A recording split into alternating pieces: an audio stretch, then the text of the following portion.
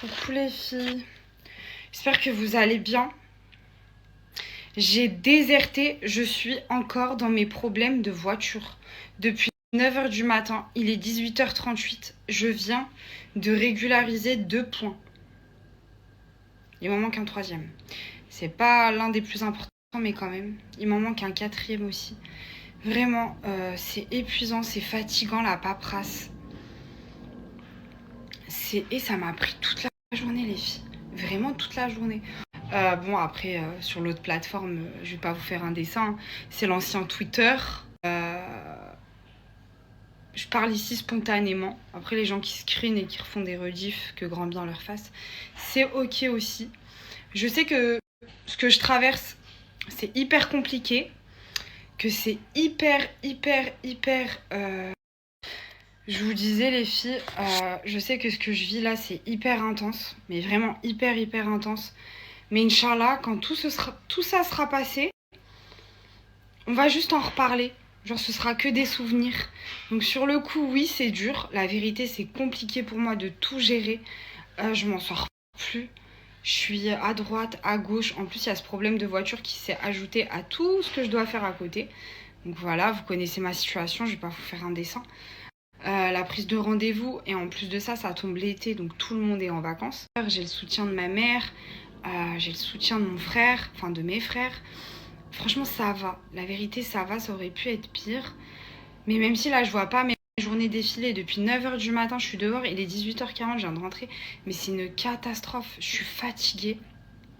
Ça me prend toute mon énergie. Carrément j'avais oublié que le 14 j'avais un rendez-vous, vous savez, pour ma thyroïde, enfin pour mon goitre. Ça me l'a rappelé tout à l'heure par message, heureusement d'ailleurs, parce que sinon j'y serais jamais allée.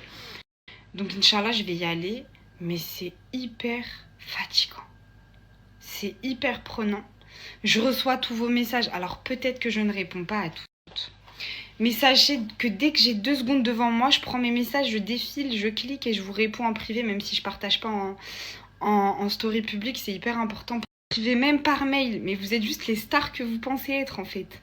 Mes plateformes, sur tous mes réseaux sociaux, pour me témoigner de leur situation, de ce qu'elles ont vécu. Sachez que vous n'êtes pas seuls, voilà. Vous avez le droit de dire stop à un moment donné.